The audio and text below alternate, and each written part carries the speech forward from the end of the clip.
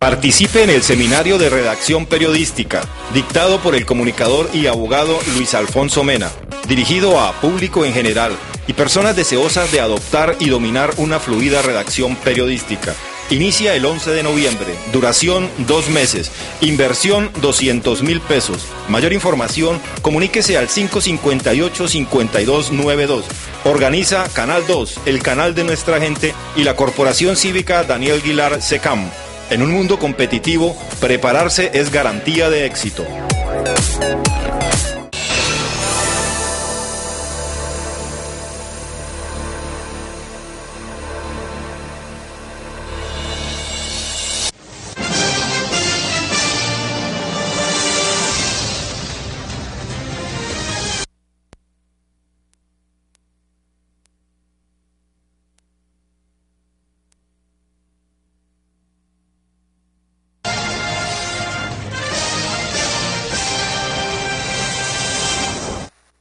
Amables televidentes, los saluda José Alberto Tejada Echeverry, presentándoles el programa institucional del Canal 2 informativo Nuestra Gente. Hoy me acompañan en el estudio Luis Alfredo Valenzuela. Él fue miembro activo del M-19 en la época de los años 80, 70s, 80s, fue desmovilizado dentro del acuerdo de paz que se firmó con el gobierno nacional y obviamente fue también preso político en esa época, en los años del Estatuto de Seguridad y del mandato de Belisario Betancur. Y está con nosotros también Andrés Güengue, a quien ustedes ya conocen porque es panelista frecuente en nuestro programa y es hijo de un desaparecido de este conflicto interno que lleva tantos años en Colombia. Ha sido exiliado con su familia en Suecia y está de regreso al país hace unos 4 años, intentando reconstruir su vida y, por qué no, proponerle o aportarle a la mejora de sectores poblacionales, especialmente campesinos, con los que está vinculado. A ambos los saludo y les agradezco estar en el programa. Muchas gracias, Luis Alfredo. Muy buenos días para toda la audiencia y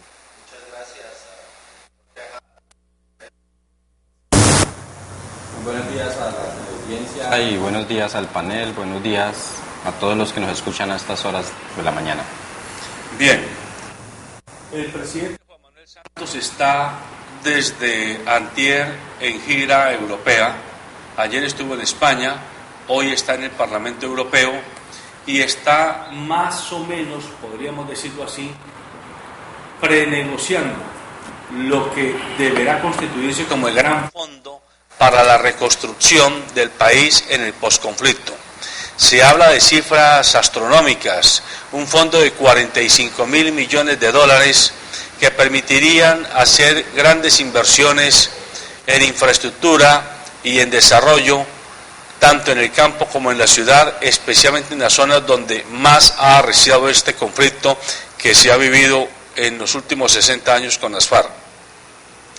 Pero a más de lo anecdótico de que el presidente esté negociando, o por lo menos ambientando el proceso de negociación con los políticos europeos para llamarlos a que acepten y aprueben que sus respectivos gobiernos aporten a ese fondo, lo importante es hacer notar que si Juan Manuel Santos está en esta tarea, está enviándole un mensaje político al país. Y el mensaje es que estamos aparentemente, si no en la recta final, en un proceso de finalización de estas negociaciones que se han venido dando en los últimos 2 años con la guerrilla de las FARC. Y además esto se pone en paralelo con la presencia de dirigentes guerrilleros de los diversos frentes de las FARC que también le envían un mensaje político al país. Y el mensaje es que no solamente negocia Timochenko e Iván Márquez, sino que negocia Timochenko, Iván Márquez, Catatumbo y los otros, pero de común acuerdo o en consenso con el mando colectivo que tienen las FARC. Están enviándole el mensaje de que las FARC son una organización político-militar que de alguna manera tiene estructura de mando y que esa estructura de mando en su conjunto está apostando por este proceso al que todos aspiramos, o por lo menos la gran mayoría de colombianos, que termine felizmente para iniciar lo que llamaríamos el proceso de aclimatación de la paz en el posconflicto. ¿Por qué hemos invitado a Luis Alfredo Valenzuela y a Andrés Güengue? Porque uno y otro vivieron intensamente, bien de manera directa, como fue el caso de Luis Alfredo, o bien de manera indirecta, en su condición de víctima, por ser un niño, cuando a su padre fue desaparecido, vivieron ambos los estragos de este conflicto que ha vivido Colombia, desde otro grupo guerrillero, el M-19. Y en el año 1985, mañana se cumplirán 29 años de esta fatídica fecha, el M-19, en lo que a no dudar fue una decisión gravísima desde el punto de vista como error político y también de planteamiento militar, pues se tomó el Palacio de Justicia de manera cruenta y esto generó una retoma por parte del ejército colombiano que terminó en el incendio del Palacio de Justicia en plena Plaza de Bolívar de Bogotá y en la muerte de más de 100 personas, entre ellas magistrados activos de la Corte Constitucional y de la Corte Suprema de Justicia, así como muchos abogados y auxiliares de la justicia y miembros de la guerrilla que estaban en este operativo. Esto se hizo porque el M-19, el 5 de noviembre de 1985, entró al Palacio de Justicia a las 11:30 de la mañana, martes precisamente, ¿verdad, Luis Alfredo? Fue un martes, hace 29 años, y su proclama, por lo menos la que Álvaro Fayad, que era el comandante en ese momento, lanzó, era para hacerle un juicio político al presidente de la República por traición al proceso de paz. Es decir, hace 29 años la guerrilla, en este momento encarnada en el M-19, le hacía un juicio político al gobierno de turno porque consideraba que había traicionado los acuerdos que se habían firmado en El Obo, en Corinto y en otras partes del país, según las cuales ni el ejército perseguía a la guerrilla ni la guerrilla seguía haciendo tomas y procesos militares con la población civil y también de frente al ejército. Hoy, la guerrilla de las FARC, aparentemente, y esto lo decimos porque es la voz de un ciudadano periodista desde acá, aparentemente no juzga o no está juzgando al gobierno por traición. Por el contrario, aparentemente uno y otro grupo negociador están haciendo esfuerzos genuinos por encontrar acuerdos que consoliden este proceso de negociación de paz. Y por lo tanto la palabra traición pareciera que no está en el ambiente desde el punto de vista de los negociadores. Pero es sobre este eje temático que quiero proponerles a ambos que desde su propia historia personal y política nos ayuden a dilucidar esas comparaciones históricas para que usted y yo podamos comprender mejor lo que está viviendo Colombia hoy. Luis Alfredo, usted fue dirigente activo del M-19, militante activo del M-19, fue preso político, estuvo en todos estos procesos. ¿Qué lectura hace usted después de 29 años? Era muy muchacho usted, hoy que ya es un hombre maduro, un hombre que la vida lo ha aterrizado, ¿sí? ¿Qué lectura hace de lo que pasó en ese momento y cómo la compara con lo que está viviendo Colombia hoy? Bueno, doctor Tejada, yo creo que estamos viviendo momentos muy diferentes, son momentos distintos, históricos de la nación colombiana. Había en los años 80, irrumpe el M-19, el M-19 precisamente nace como guerrilla, nace como organización político-militar que se diferencia o hace una ruptura con las organizaciones tradicionales de la izquierda. No se proclama marxista, pero erige planteamientos o erige postulados de libertad, democracia, paz. El movimiento 19 de abril, al diferenciarse del Ejército de Liberación Nacional, de las Fuerzas Armadas Revolucionarias, del Ejército Popular de Liberación, guerrillas mucho más grandes que existían en ese momento, plantea otro tipo de proceso, otro tipo de revolución, pero una revolución armada, de vinculación efectiva del pueblo, de procesos urbanos, o sea, de mucho vínculo con las poblaciones urbanas y lo que se le llamaba antes, cayendo mucho en la espectacularidad, pero todo su accionar militar tenía un fondo o un contenido eminentemente político, pero era de gran impacto. Este movimiento 19 de abril buscaba y es el primero que plantea el tema democracia y paz. Mientras que las otras organizaciones planteaban la toma del poder para construir la revolución socialista, el M19 cambia el lenguaje y plantea la democracia y la paz. Y en la búsqueda de esa paz se plantean unos acuerdos de paz que la propuesta principal del M19 fue diálogo nacional. Vamos a un gran diálogo nacional, pero que tuviera mucho más actores, aparte de la guerrilla y aparte del gobierno nacional.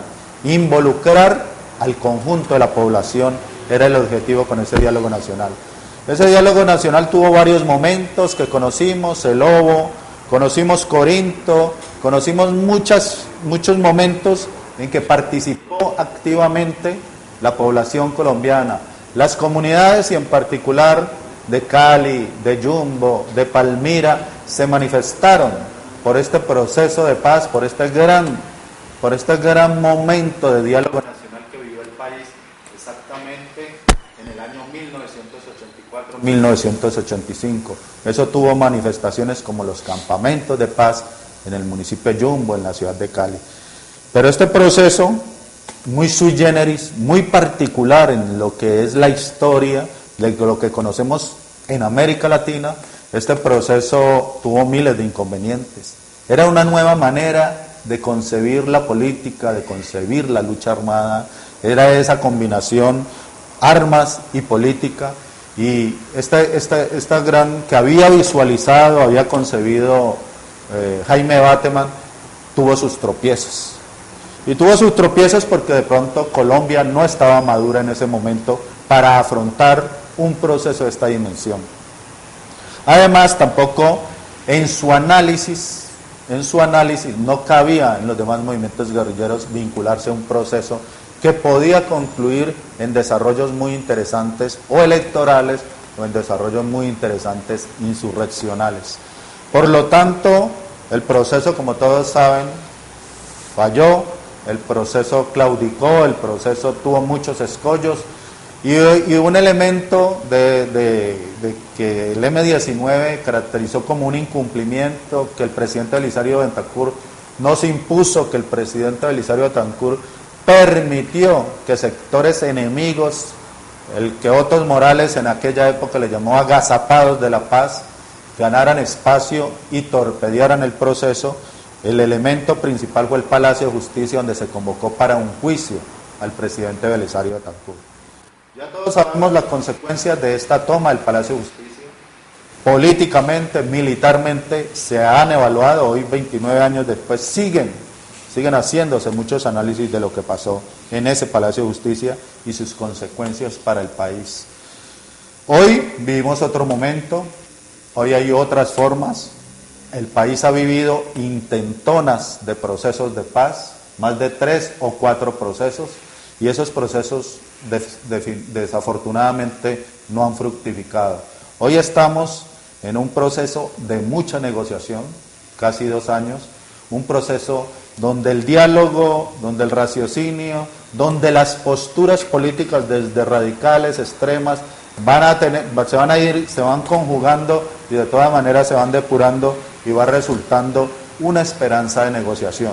Yo creo que lo del Palacio de Justicia, la experiencia del M19, hay que retomarla para tener menos equivocaciones en este proceso que hoy se da, que afortunadamente el gobierno nacional ha acogido con entereza y la FARC tienen que ser lo suficientemente responsables para que llegue a feliz término.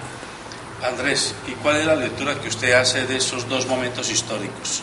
Yo creo que, como dice Alfredo, estamos en contextos diferentes, ¿sí? Momentos diferentes en tiempos, en términos de tiempos y de posibilidades para las personas, pero lo que está pasando ahorita en La Habana es de resaltar, o sea, el hecho de que hablan el espacio para que entren demás miembros de la guerrilla a hacer participación en términos de negociación, da la certeza de que se está dialogando dentro de las filas, que no son solamente dos cabezas que están negociando, sino que hay una alta gama de personas apostándole al proceso de paz. Ahora bien, pues todos sabemos que existe mucho la intención, pero el cumplir, desafortunadamente el cumplir de nuestros espacios, de nuestros gobiernos, siempre ha sido como su mayor dificultad, ¿sí?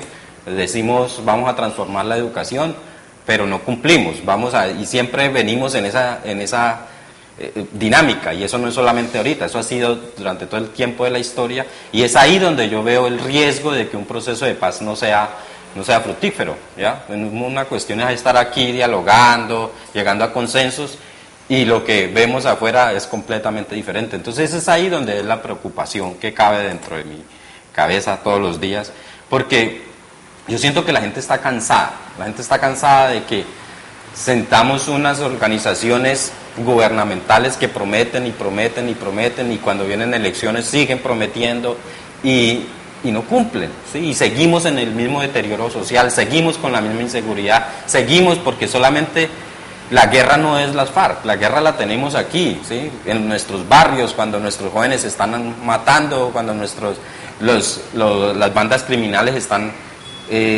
ganando espacios, ¿sí? Esa es la verdadera guerra que nosotros sufrimos diariamente. Y aparte de eso, que tenemos organismos institucionales que se suponen que tendrían que defendernos a nosotros como pueblo, pero lo que hacen es defender a ciertas minorías y la ley no es para todos. Entonces todo este complejo de situaciones hace que yo sea muy temeroso en decir que sí, que con el proceso de paz vamos a tener paz en este país, ¿sí? Pero volviendo y retomando a lo histórico, mi padre fue desaparecido por miembros de las Fuerzas Armadas. No fue ni la guerrilla, ni los paramilitares, ni la delincuencia común. Fue el mismo Estado, ¿sí?, el que desaparece a mi padre por el hecho de que él era un líder comunitario, un líder social que trabajaba para su comunidad. Y no solamente es mi padre el que han desaparecido en esas circunstancias, sino muchas personas más, ¿sí? ¿En manos de quién? Del mismo Estado. Entonces es ahí donde nosotros tenemos que tener claro de que no solamente es la guerrilla la que aporta víctimas a este proceso, ¿sí? Y cuando han abierto espacios ahorita en La Habana que entraron a participar otros actores, ¿sí?, es importante de que ellos estén allí. Es importante que estén, pero es importante tener en cuenta de que a veces también son manipulados. Desafortunadamente los colombianos nos prestamos mucho para la manipulación, ¿sí? En vez de entrar en un proceso de consenso, entramos en un proceso de choque y ahí no vamos a hacer ninguna paz. A ver, yo le hago una pregunta a usted antes de volverle a dar la palabra a Luis Alfredo. Usted, en su condición de hijo de un desaparecido, ¿usted ha sentido odio por las fuerzas militares del país? Si en sus manos estuviera y usted pudiera decirlo sin riesgo para su vida, ¿usted invitaría a que se les haya venganza contra los militares que hicieron ese proceso de desaparición de su padre, o realmente de forma integrada ya adentro en su conciencia, en su foro interior, usted ha sido capaz de superar ese hecho desastroso y hoy entiende que no se trata de venganzas? Mira, uno de los mayores aportes en mi pequeña corta vida con mi padre fue justamente el conocer la enseñanza de no tener odio, ¿sí? Creo que eso es uno de los mayores aportes en mi vida de mi padre, ¿sí? Cuando él desde sus enseñanzas nos fue enseñando ese tipo de cosas, ¿sí? El no diferenciar a las personas, ¿sí? El valorar a las personas por lo que son, ¿sí? Ese tipo de valores que él infundó en nosotros son los valores que hoy en día todavía tenemos, y gracias al aporte de mi madre, que también estuvo ahí presente para sostenerlos. Afortunadamente o desafortunadamente, pues salimos a otro país donde las condiciones y donde la sociedad iba mucho más avanzada en otros términos, ¿sí? En términos de pasividad, en términos de diálogo. Digamos, en Suecia, nosotros aquí en nuestros países todavía somos muy efusivos, somos muy fuertes, somos muy odio, o sea, el odio de nosotros nos marca. Los suecos son más tranquilos, son personas como más dadas al diálogo, en procesos políticos, por ejemplo, que son cosas que uno trae a Colombia como para enseñar en un mismo espacio de diálogo político. Puede estar la ultraderecha o la ultraizquierda y se respetan los espacios y la misma comunidad los escucha, ¿sí? Entonces no es ese de que si usted porque es rojo aquí no se puede parar, o cuando es verde, esas vainas han sido un poco más como más tranquilas allá. Entonces toda esta enseñanza, todo este proceso en crecimiento, pues me ha llevado, yo odio no siento, ¿sí? Y creo que nunca he sentido odio, pero me duele sí el saber que se siguen cometiendo las mismas cosas, ¿sí? Se siguen cometiendo, y que nosotros como ciudadanos no nos paramos, ni el victimario ni la víctima, en un cierto momento a reflexionar y decir, ¿qué estoy haciendo con la vida, no solo mía? ¿Sí? Porque el hecho de yo cometer un delito no está afectando únicamente y exclusivamente mi vida, sino que son muchas personas más, incluso muchas veces los de los propios hijos. Yo me pregunto a veces, ¿qué sentirá el hijo de un militar que conoce que su padre puede hacer un daño contra otra persona? Entonces uno con qué carácter o con qué responsabilidad le va a decir a tu hijo, no robes, ¿sí? Si yo estoy robando, no mates si yo estoy matando. Entonces, ¿cómo vamos a infundir esos valores? Y yo creo que eso es lo que nos lleva en este deterioro social. Ya, Luis Alfredo, el M-19 vivió entre el 85 y el 90 un proceso que en su momento se llamaba de desgaste, porque es obvio que después de lo que pasó en el Palacio de Justicia, el M quedó no solo diezmado desde el punto de vista de sus dirigentes, sino que quedó desprestigiado, si se quiere decir así, porque todo el mundo coincidía, y los propios sobrevivientes del M, que había sido un error y un acto de ingenuidad política y militar extravagante lo que había ocurrido, y que a pesar de que se admitía que el ejército había sido exagerado en su desbordamiento de fuerza para retomar el palacio, pues al fin y al cabo quienes promovieron lo que finalmente terminó en ese desenlace fue el M, cuando se mete con armas a tomarse el centro de la justicia colombiana. Pero digo esto es para que usted nos ayude a revisar que seguramente hubo muchos momentos de tensión y de tentación de quienes sobrevivieron a ese momento infausto de radicalizarse aún más y de seguir por el sendero de la guerra. Sin embargo, entre el 85 y el 90 se siguió insistiendo hasta que al final, en el 90, se firma el proceso que da paso a lo que se llama la entrega de armas, la dejación de armas por parte del M-19 y el retorno a la vida civil de muchos de ustedes. Háblenos un poquito de cómo fue ese proceso, porque es parte de lo que hoy se vive en Colombia. Antes quiero hacer un antecedente de las diferencias de los procesos. El M-19, año 1982, plantea una propuesta de diálogo nacional que digamos que permite llegar a una etapa de diálogo con el gobierno de Belisario Betancur, año 1984. Fueron 2 años de preparación de condiciones. Pero la característica de ese proceso es que el M-19 quería una negociación política que permitiera garantías políticas, o sea, el Estado colombiano reformarlo en una apertura democrática política, o sea, garantía para que sus miembros y garantía para la población ejercieran la política por fuera de los esquemas liberal conservador, que la estrecha democracia o democracia restringida que existía ya permitiera el acceso, el ingreso de otras fuerzas. Solamente eso, mire, solamente garantía para ejercer la política. Y el nivel de la extrema derecha, el nivel de los poderosos grupos no permitió que ese proceso avanzara. Ahí no está pidiendo restitución de tierra ni nada. Nunca reclamó lo que hoy se da, reparación de víctimas, democracia económica, restringir la capacidad de los terratenientes, redistribución de la riqueza, que esos son temas que se están discutiendo en La Habana. No se dio esa posibilidad. Y eso fue lo que se negoció en el 90.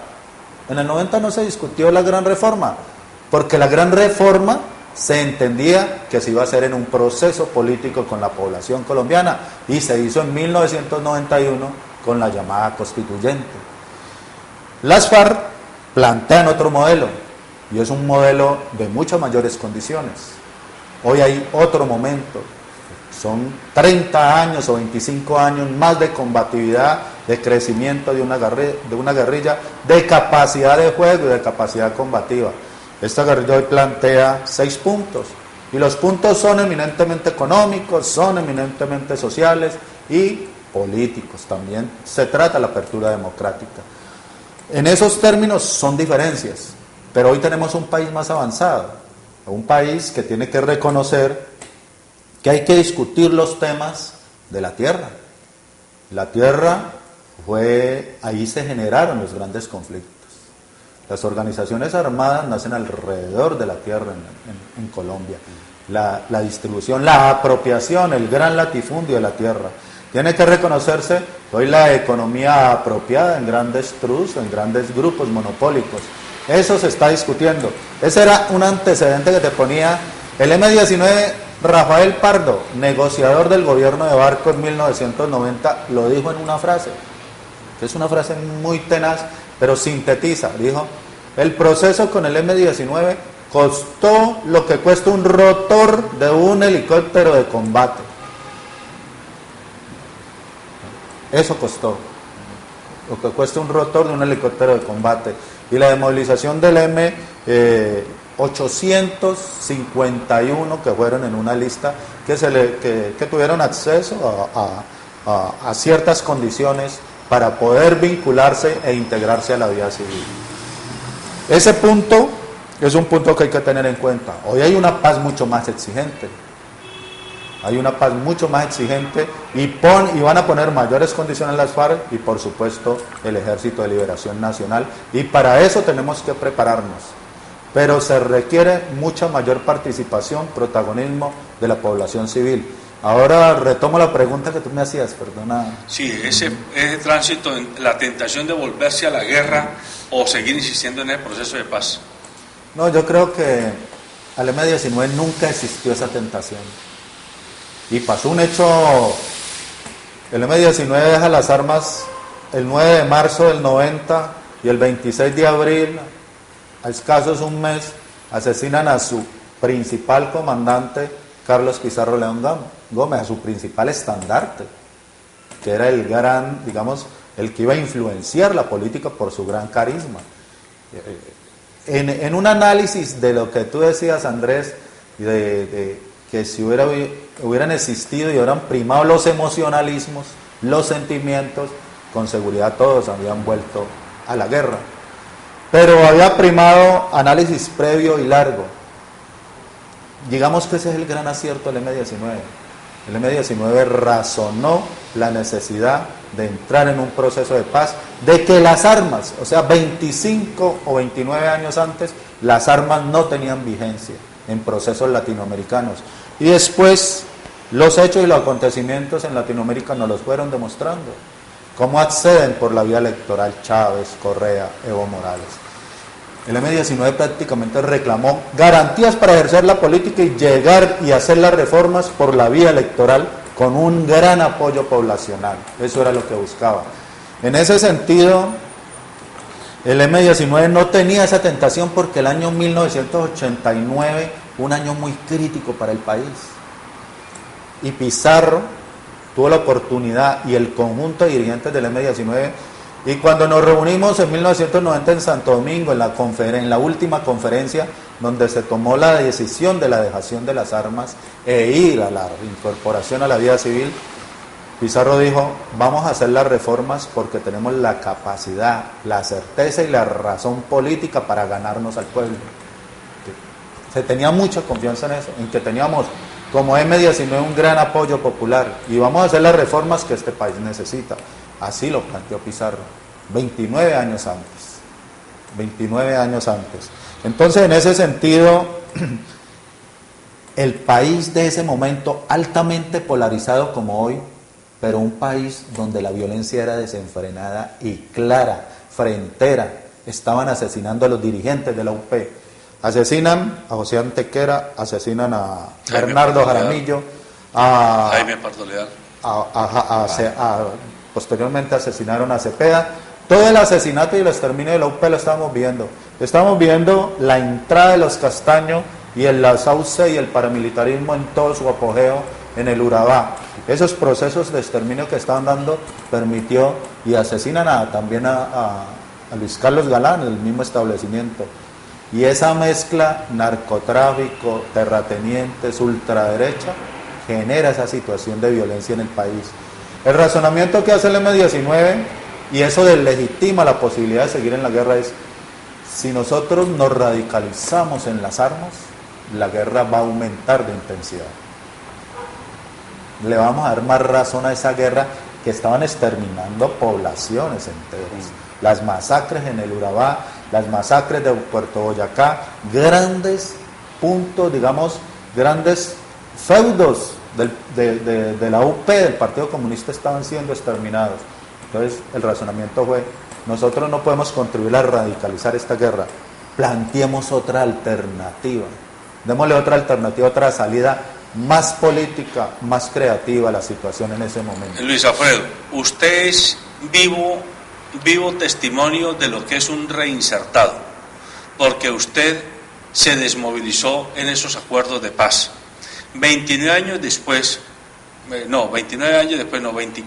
después de haber pasado el proceso de desmovilización del M-19, usted ni volvió a la guerra, ni volvió al monte, ni se volvió delincuente común, ni se volvió paramilitar. De hecho, ha estado dedicado o a la academia o al apoyo político. En este caso particular, usted trabajó con Jorge Iván Ospina en el gobierno de la alcaldía anterior. Hoy hace parte de la unidad de trabajo legislativo de este senador, de Jorge Iván Ospina, pero también estaba vinculado a la arquidiócesis de Cali en los procesos de convivencia y paz.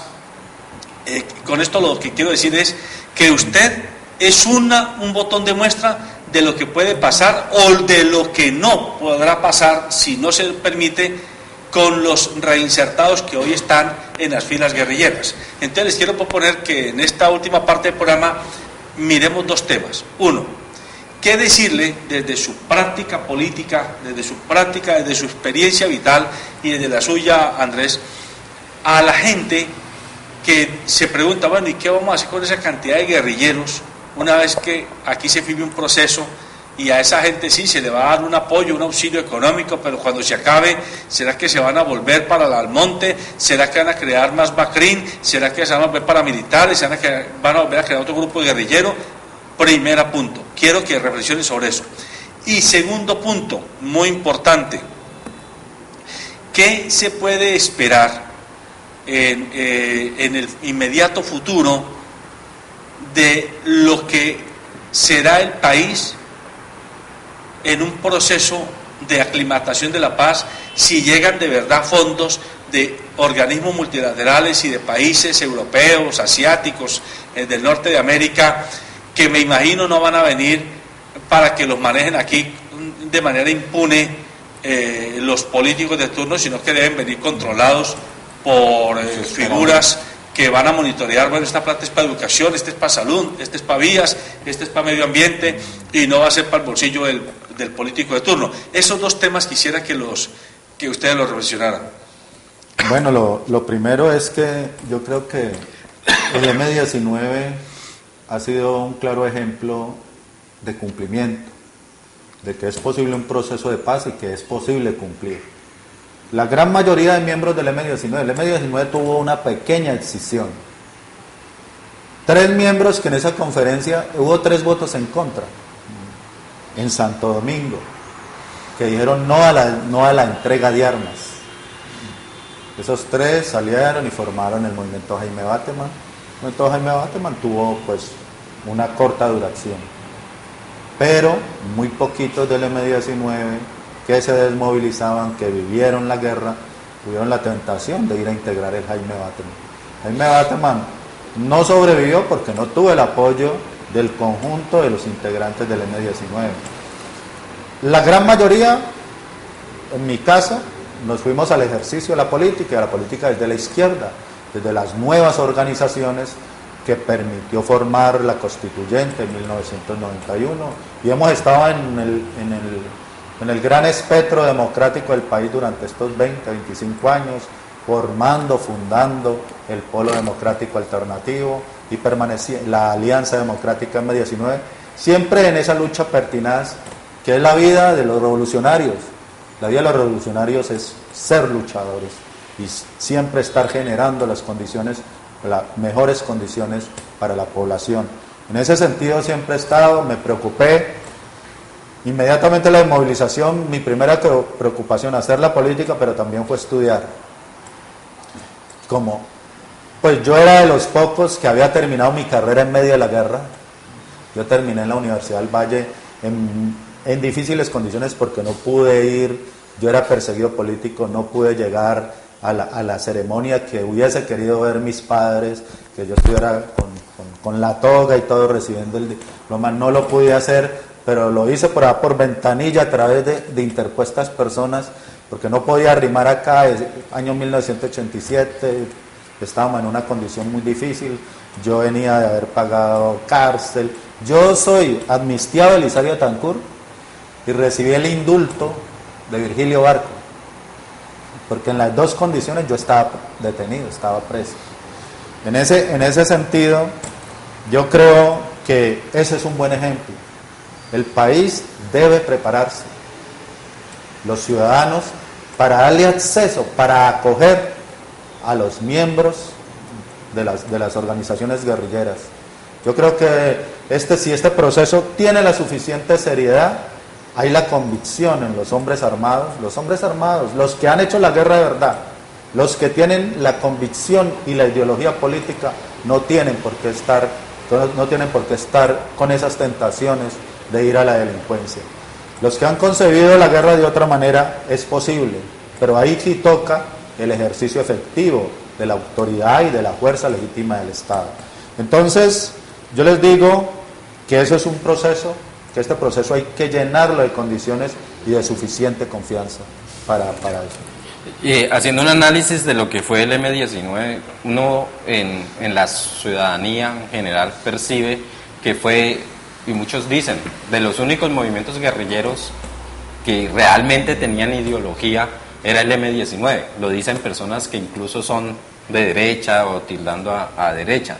Creo que el M-19 se caracterizó, por lo que he leído, por lo que he conocido de él, es porque las personas estaban mucho más preparadas ideológicamente en su ejercicio de armas, ¿sí? Entonces eran personas mucho más conscientes de lo que estaban haciendo, ¿sí? A diferencia, desafortunadamente, veo que en lo que es las FARC y el ELN hay muchos que son netamente rasos, soldados rasos, ¿sí? Que cumplen ciertas órdenes, ¿ya? Y se pierde la contextualización ideológica en ese espacio. El M-19 tenía esa garantía, a pesar de que no todos eran graduados o lograron graduarse, pero muchos eran estudiantes de la Valle, eran estudiantes profesionales, eran jóvenes que venían de una clase media consciente, ¿sí? Que decidieron salir a hacer un esfuerzo para tener un país con muchas más garantías, que eso fue lo que era el núcleo de lucha del M-19. Creo que entrar en un proceso de negociación y de paz con gente consciente, educada en su ideología, es mucho más fácil y más certero, ¿sí? Estuve en un proceso de, ahorita la segunda fase del tema de los recursos, estuve en un proceso, en este momento el Estado tiene unos convenios, está haciendo para el tema de los desmovilizados, ¿sí? Estoy haciendo un poquito de investigación de cómo funciona eso. Mi preocupación es que cuando nosotros vemos en Colombia plata, ¿sí?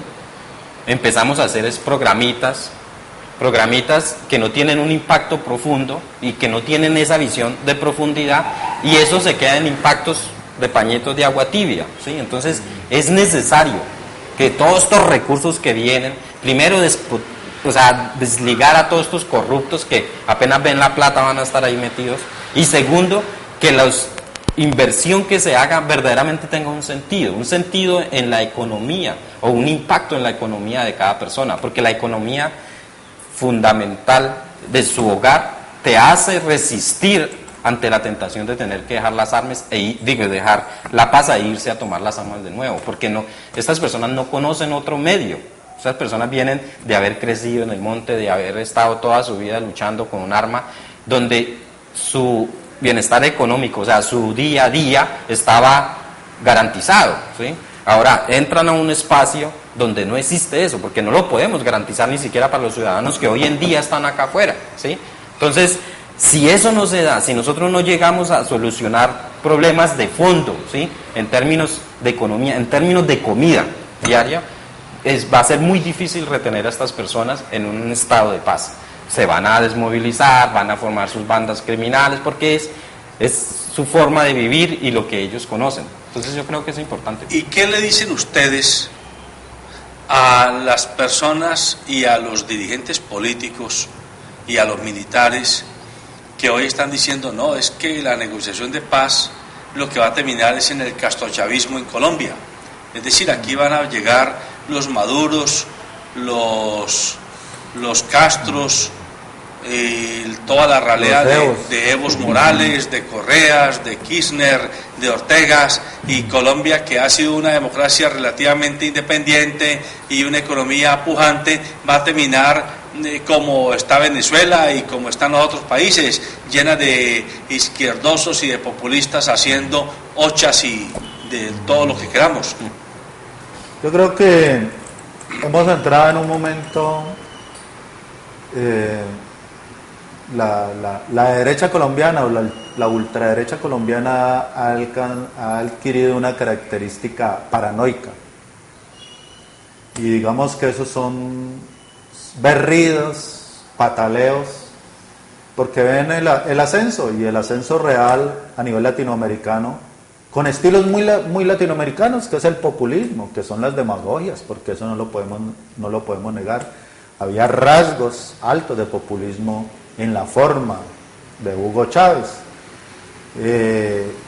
pero eso es Latinoamérica. Así se han hecho los gobiernos, así se han hecho las revoluciones, así se han hecho las transformaciones, y eso no lo podemos desconocer. Lo que yo veo es paranoia, lo que yo veo es un proceso de legitimación del statu quo, de mantenimiento de los privilegios, de mantenimiento de lo que ha sido la propiedad del campo, de lo que fue el despojo de las tierras en todo este periodo paramilitar. Esa paranoia origina ese lenguaje, y ese lenguaje pues sabemos quién lo representa, lo expone muy bien, gana mucho público con ese discurso paranoico de sembrar miedo y sembrar terror. Lo que nosotros vimos en un periodo que tuvo un presidente de 8 años fue legitimar ese discurso. O sea, toda la lucha social, toda la protesta social la convirtió en terrorista, mientras que el statu quo, el proyecto, la dominación de la tierra, el ingreso del capital extranjero, lo que llamaba garantías para la inversión extranjera, tuvo plena vigencia. Por lo tanto, no hay que temerle, nosotros no vamos a hacer, yo creo que Colombia no va a marchar hacia castrochavismos. Colombia va a tener un proceso propio, que no se desecha rasgos populistas, pero aquí hay procesos propios, nosotros tenemos otros recorridos. La izquierda colombiana, los sectores democráticos se han hecho en otros trayectos, por lo tanto ese no es nuestro recorrido que vayamos a recorrer. Todo eso hace parte de un material mediático y un montaje mediático muy bien trabajado por quien ya sabemos. Yo creo lo mismo, o sea, ese es el miedo que tiene la ultraderecha de este país, de soltar sus beneficios no ganados honrosamente, sino adquiridos a través de otros mecanismos. Entonces, es importante hacerle reflexionar a nuestros ciudadanos que estos países a los cuales ellos les tienen tanto temor, hay que mirar sus experiencias y en lo que ellos han avanzado, ¿no? Por ejemplo, Ecuador. Digamos, anteriormente aquí veíamos los ecuatorianos en las calles pidiendo limosna, ¿sí?, que los tenían que sacar de aquí en buses, Hoy día no, hoy en día vemos allá a los colombianos pidiendo limosna, o sea, se ha invertido la vaina, ¿sí? Hoy en día vemos a un Ecuador con autopistas de competitividad nacional, haciendo un país, ¿sí?, a competir en un mundo global. Eso lo tiene hoy Ecuador, Colombia no lo tiene. Nosotros todavía estamos encerrados con la vía de Buenaventura, que esa vaina ni siquiera, ya un poco de años ahí, esa vaina no se soluciona. Entonces, allá han hecho avances no importantes para ciertos grupos de personas, sino para un país, ¿sí? Y eso es lo que nuestros colombianos, nuestra gente tiene que entrar a reflexionar. ¿Qué es lo que nosotros no queremos aquí? ¿No queremos un desarrollo para todos?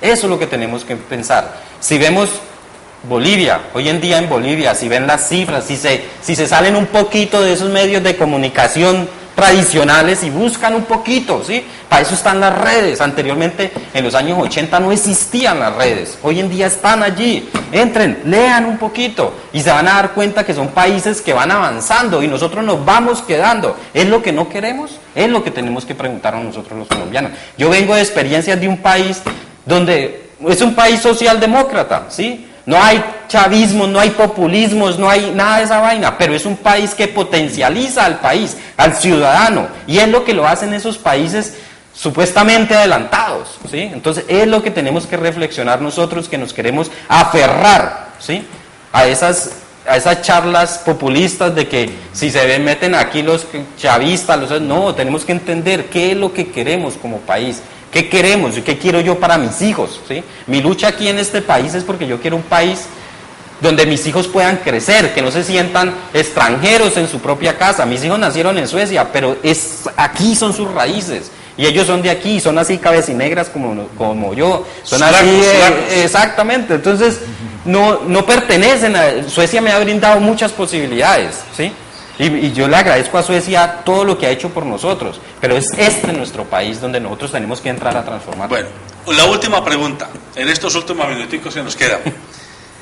Si yo les planteara a ustedes que el viaje de Santos, el que está haciendo ahora mismo, donde se está vendiendo como que está más o menos ambientando el tema para un fondo, también tuviera el significado de una voz de pedir auxilio a la comunidad internacional para evitar que se vaya a abortar el proceso o a detener o a boicotear el proceso. ¿Ustedes aceptan esa hipótesis? Esto lo digo porque es indiscutible que hay, como dijo Otto Morales Benítez hace muchos años, hay enemigos agazapados de la paz que no tienen ningún interés en que esto termine a buen término. ¿No será que entonces Juan Manuel Santos está desesperadamente buscando que la comunidad europea, que la comunidad asiática, que Norteamérica, entendidos no solamente como Estados Unidos, sino como Canadá, México, Brasil, etcétera, vengan aquí y un poco rodeen ese proceso de negociación para decirle a los enemigos agazapados de la paz, es la comunidad internacional la que está pendiente de lo que está pasando en Colombia? Yo creo que tiene todos esos ingredientes. Está buscando efectivamente recursos para el posconflicto y digamos lo que es así, pero también es un llamado de alerta, pero en el fondo lo que creo yo es muy político. En el fondo Juan Manuel Santos está buscando mejores condiciones, rodearse de un gran apoyo internacional que hay que reconocerlo, han hecho muy buen trabajo internacional. Las cancillerías, lo que han logrado de rodear el proceso con apoyo principalmente a nivel latinoamericano. Juan Manuel Santos está buscando todo este apoyo internacional también como un elemento de presión a las FARC. El mundo nos está apoyando y está pendiente de los pasos que ustedes dan. Si ustedes se echan atrás, pues ya no van a tener apoyo ni escenarios internacionales. Y dejarlos prácticamente pues, solitarios o aislados. Hay que entender que eso es de doble filo y esa es la diplomacia internacional y así la están desarrollando. Yo creo también lo mismo. Santos tiene, digamos, ha sido muy estratégico, muy inteligente, aparte de que su bandera es esa, ¿sí? Su bandera es la paz, ¿sí? Él tiene que salir de esta presidencia siendo... que su nombre quede en la historia allí, ¿sí? Un traidor de su clase, ¿no?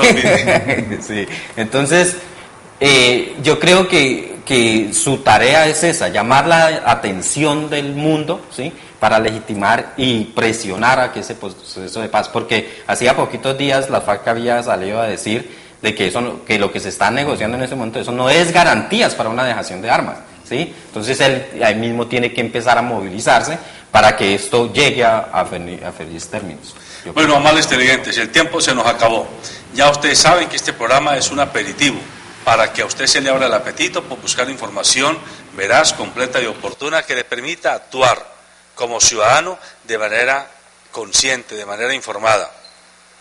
Hoy hemos estado con dos protagonistas de esta historia reciente del conflicto colombiano. Uno como actor político militar en un movimiento como el M-19, que la persona, Luis Alfredo Valenzuela, hoy desmovilizado, demuestra, como lo demuestra Navarro, como lo demuestran muchos, Gustavo Petro, como muchos otros exdirigentes y exmilitantes del M-19, que han honrado el compromiso histórico que hicieron con el país, y es que dejaban las armas de verdad y que se dedicaban a apostar por la lucha política, por la lucha de las ideas. A ellos se les podrá cuestionar errores de toma de decisiones, errores de resultados, pero nunca inconsistencia con la decisión histórica que un día dijeron tomar frente de cara al país, como lo decía Carlos Pizarro León Gómez. Ese tema creo yo que es necesario ponerlo como un espejo ante la historia del país. Hay que mirarnos, tenemos que mirarnos nosotros hoy en el espejo de lo que han logrado los dirigentes del M, que se han mantenido, y de todas estas personas que fueron simpatizantes del M allá en los años 80 y 90 del siglo pasado, porque si algo probaron es que se puede ser consecuente y que más bien lo que ha faltado es garantías del establecimiento para oxigenar la democracia política y económica del país. Y desde el punto de vista de una víctima del conflicto, como es el caso de Andrés Güengue, él ya lo dijo: no siento odio en mi corazón, pero eso no significa ingenuidad, eso no significa estupidez, eso significa simplemente grandeza de ánimo de una persona, de un colombiano, que dice: no obstante que mi padre fue sacrificado por el ejército colombiano, ni lejos puede decir que entonces hay que ir a acabar con el ejército colombiano. No, necesitamos un ejército civilista, un ejército que entienda que los derechos humanos están por encima de cualquier bastión de guerra, y un ejército que entienda que su papel fundamental no es combatir a la propia población que representa, sino defender a la nación, defender el territorio del país en sus fronteras y ante la comunidad internacional, y no declarando como enemigos de la patria a los propios connacionales. El llamado, mis queridos televidentes e internautas, es que reflexionemos, que entendamos ese lenguaje cifrado, esa letra menuda que tiene este proceso, y entendamos el viaje de Juan Manuel Santos hoy en Europa. Él no está allá gastándose la plata en comilonas. Así lo digan algunas personas interesadas en desprestigiar, y no somos defensores de oficio del gobierno de Juan Manuel Santos, pero está haciendo lo que debe hacer el primer mandatario del país: ir a buscar a la comunidad internacional para que vacune e inocule a este país de cualquier tentación de devolvernos a momentos más cruentos de la guerra que hemos vivido. Buenos días.